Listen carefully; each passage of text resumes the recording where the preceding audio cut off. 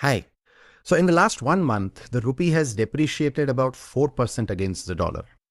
What's causing this fall in the rupee? We're going to try and analyze this from multiple lenses, look at all the possible reasons and the potential impacts of this in this particular video. Stay till the end. We are going to cover a lot of macro data and the potential reasons behind this fall and all the impacts that it can possibly cause to the Indian economy, right? So let's try and dig right into it and understand what's really going on. Over the last couple of years or so, if you see, the rupee has actually depreciated close to about 15 odd percent against the USD. It used to be in the range of about 82, 83, 84 a couple of years back. Now we are touching 94, 95 almost at this point of time as we speak, right? What's even more interesting is while a lot of this has happened in the recent past, led by the US-Israel-Iran war, there was a trend of a continuous depreciation in the rupee that was going on. Even more interesting is the fact that the rupee has actually depreciated more against some of the other currencies. So if you actually look at the GBP, Great British Pound, then you will see that the depreciation is to the tune of almost 18 to 20% over the last couple of years or so. So what's causing this weakness essentially? What is really aggravating this weakness? Let's try and go into the reasons around that, right? Now, we know that we are a net importer, specifically on the merchandise side. Services, we are a net exporter, but merchandise, we are a net importer. And our biggest import is oil and oil-related products, essentially. Now, what's happened post the US attack on Iran is the crude oil prices have actually spiked up dramatically. So what was actually somewhere in the range of, this is the pricing for WTI crude, which is the US crude spot prices. You'll see that this used to be in the range of $60 to $70 a barrel. That's basically gone up now, touched briefly to about 120, then came back a little bit, thoda niche aaya, wapas, it has kind of stabilized around that level, but is now around 100 at this point as we speak, right? India imports a lot of its oil requirements. Nearly 80-85% of our oil needs are from imports, essentially. And that basically what's playing out is the size and the price of the crude basket that India imports has gone up dramatically. This here shows you what has been the crude basket over the past year in terms of the price that we see. And the averages month-wise you will see would be all in the range of $60 to $70 a barrel. March, however, is close to about 112. And this has actually come off a little bit. This was about 125 till about a few days back. Crude oil basket as on 26th of March was $115 a barrel. This touched as high as about 150 during this month, right? So essentially, while a little bit of the tensions have eased on the crude price front, we have seen higher crude oil prices over this period, sustained period over the last 3 to 4 weeks. And there is a worry that this might continue. Now, what does that mean in actual monetary terms? If you actually look at how much do we spend on crude oil import, the number for the first 11 months of this year, if you look at this in billion-dollar terms, is about $130 billion approximately. Give or take a few, you would say about $12-13 billion a month is what we are kind of importing. This is actually now close to almost doubling in this last month. And if this continues for a while, then that puts a lot of drain on our resources. I mean, imagine if crude prices were 65 last year, and this year that number goes to 130. This 130 billion will basically double, right, to about 260 billion. That is approximately a 11-12 lakh crore kind of a hit straight away, which comes up. To give you some sense of size, if crude prices double and stay here for 1 year, this hit of about 12 lakh crore that we are talking about is approximately 3% of India's GDP. That itself is a straight first order hit of crude prices staying high. So of course, we spend more as we import, as import continues because we can't produce oil, we don't have oil.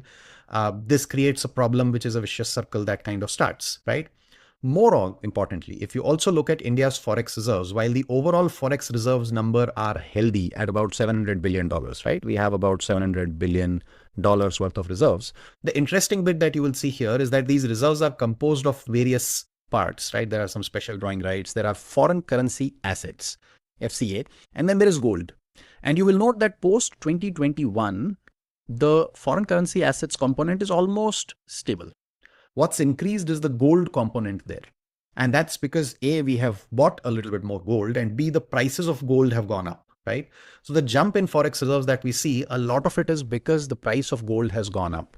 and not necessarily because we were getting a lot of inflow of dollars. In fact, over the last few years, we have encountered consistent outflow, at least on account of FII selling, right? So that's been a pressure as well. That's kind of caused a little bit of an issue on the rupee in general. And to add to that, now if you have a scenario where oil prices have kind of gone up, it adds a layer of challenges that come, right? So let's quickly kind of put this into context. Higher oil prices means a higher import bill for India. If oil prices stay at these levels, like $100 a barrel for a sustained period of time, that basically is an extra about $70-80 billion of outflow every year. If oil prices continue to stay at 130 for a sustained period of time, that basically doubles our bill altogether, right? So that is the first issue. Higher import bill, more dollars going out of the country, less coming into the country. There is dollar demand because importers will have to demand the dollars to kind of buy the crude oil. Essentially, that results in the rupee or the currency weakening, right? Now, some companies are more impacted by higher oil prices, and India is one of them. Why is that? Is because we don't have any energy security in that context, or lesser energy security as compared to some of the other nations. While we have done a lot of steps towards this by ethanol blending or by moving towards electric vehicles, there is still a substantial component of our energy needs that are kind of fueled through imports. And that creates a bigger impact as such. Also, with the proximity, geographical proximity to the Middle East, a lot of our trade transits through the Strait of Hormuz. Now, higher oil prices would basically mean higher inflation. Lower currency would also mean higher inflation. And India tends to get impacted a little bit more by all of that, purely because we are also on that axis of, the idea that we are closer to the Middle East, and a lot of our trade flows through that. More importantly, right, higher oil prices ideally should result in demand destruction. So the logical way the markets function is that if oil prices go up, the demand should come down, and that should result in, eventually oil prices cooling off. The problem in India is we are not passing this price on, at least at this point of time, because of whatever reasons. I mean, there could be political reasons, there could be, ripple effect in terms of how prices then flow into inflation according to price rise. So we do not pass it on. What the government has done for now is the government has taken the hit by reducing the excise duty. Government ने excise duty को cut कर दिया है. Oil prices on the retail level stay the same. Industrial fuel prices have gone up, but retail fuel prices have not gone up. The government has kept that into check at this point of time, hoping that this is a temporary scenario. If it is not a temporary scenario, it continues longer, then obviously the fuel prices will go up. But at least at this point of time, because fuel prices have not gone up at the retail level, there is no demand destruction. अगर demand destruction नहीं है तो oil price नीचे नहीं जाएगा, demand continue करेगा, and that aggravates the problem as we go along, right? It keeps sort of increasing the import requirement because the currency continues to fall. And finally, as we discussed, Forex reserves are around $700 billion, but foreign currency assets are around 555, 557 as of the last reading. A lot of this move up in the Forex reserves was because we got a little bit gold and gold prices went up. And that essentially, does put a little bit of a spanner in RBI's plans, whether they want to really defend the currency at this point of time, given the global turmoil, or they want to wait and watch a little bit, right? So that's the reasons that are causing it. There could be more reasons. Currencies are impacted by a variety of things, but the reality is, of course, for example, interest rate differential is a point. US yields have gone up. Indian yields have kind of stayed where they are in the bond market.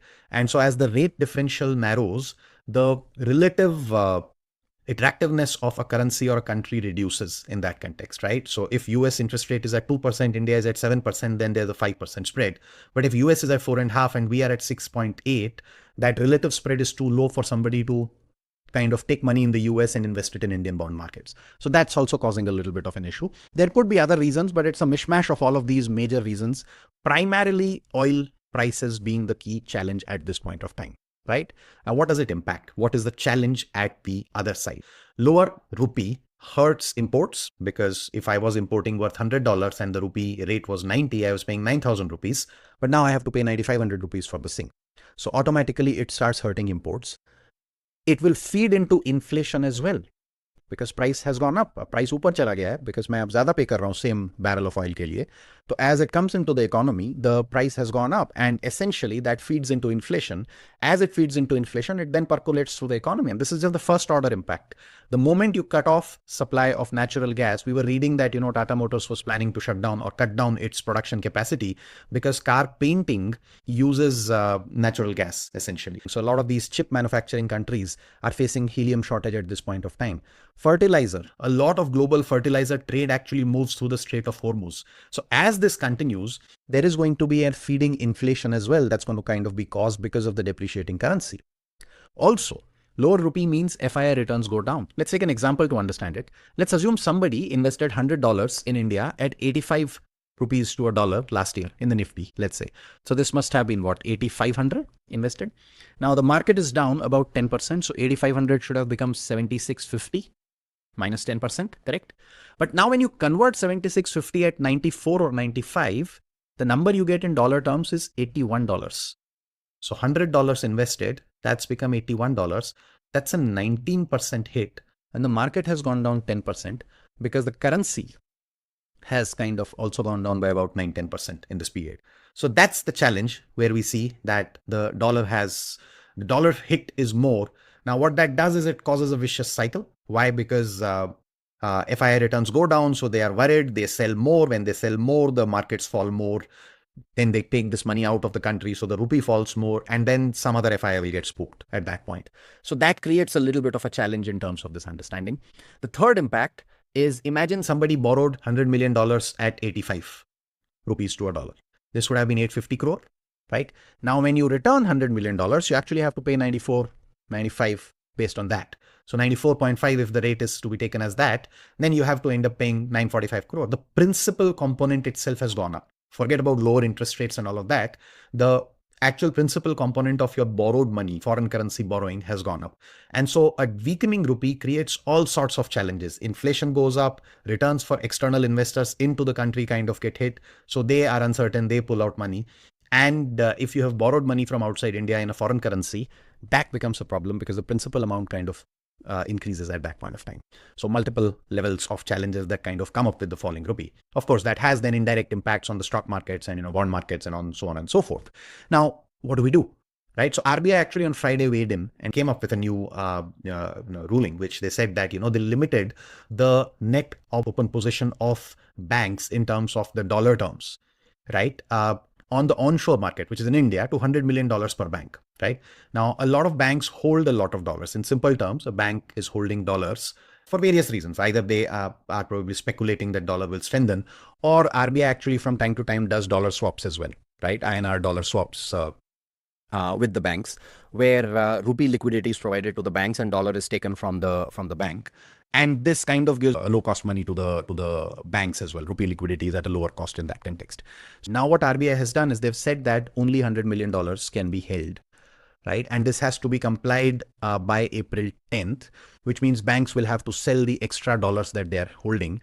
Extra dollar selling is likely to kind of support the rupee in the near term. This is of course going to be a one-time thing, and a lot of what is going to happen in the rupee is going to weigh based on what's happening in the global markets, in the geopolitics and so on and so forth around that, right? So what is next? You would assume that with the speed at which the currency has gone down, RBI would be vigilant, right? So there could be more RBI action. I don't know how much of it would be in terms of trying to control volatility. Generally, RBI tends to only intervene to control volatility, but they haven't as yet intervened big time. They've done this policy directive recently for banks to limit their net open position. But beyond that, will they actually intervene in the currency markets? Probably yet to be seen. They do have ammunition, they have adequate reserves, but remember those reserves have gone up optically because gold prices have gone up. Of course, they can sell gold and, take up some of the money and get those dollars and then sell those dollars. That can happen, but that's possibly something that we have to watch out for. The key element that we have to look at is what is happening to this war. If this war continues, and if it continues, then most likely oil prices will remain elevated. The other problem with oil prices remaining elevated for longer is that, you worry that if the war continues, can it do more damage to the oil producing facilities? If oil producing facilities are shut down, then bringing them back up takes a lot of time. So if this continues another 3-4 weeks, for whatever reason, then you are fairly, safe to assume that higher oil prices will remain for at least 6 to 8 months, right? Even if it settles at the end of April, for example, higher oil prices will be there for about 6 to 8 months. So you probably will start building that into assumptions, and that is what is going to cause what's going to happen to the rupee. At this point, it seems like there's a lot of pressure. In the very short term, it's corrected or it's weakened a lot. So maybe you see some respite given all the actions that RBI has taken or may take to try and control the volatility. But beyond that, structurally, the war needs to kind of stop. And over the next few years, structurally, we need to kind of ascertain that energy independence is in our hands. We somehow work around that either by increasing investments in electric vehicles, or by ensuring that there is lesser dependence on oil by, as the government is saying, increasing ethanol blending at some point of time. So we will see policy action towards that side. Maybe we will also store more oil at our end. Strategic reserves that we have of oil, that may also go up so that we do not face any such situation in the future. So I think what is likely to happen in the near term, even if the war were to kind of end right away, is that most countries will go inwards and they will try and ensure energy independence, data independence, and these themes will start playing out as we go along. Immediate term, I think RBI will try to kind of reduce the volatility in the rupee. Hopefully, we will see some stability, but very short to medium term, the next few months, you would probably see a slight weakening bias in the rupee. So that's the challenge that we are up against at this point of time. Of course, a weakening rupee does help exporters, and that's probably a little bit of the benefit. But if it weakens at this pace, the negatives far outweigh the positives, and that could be a little bit of the problem. So that's what we are looking at. Let's see what happens around this as it goes along. Do share your thoughts in the comment section.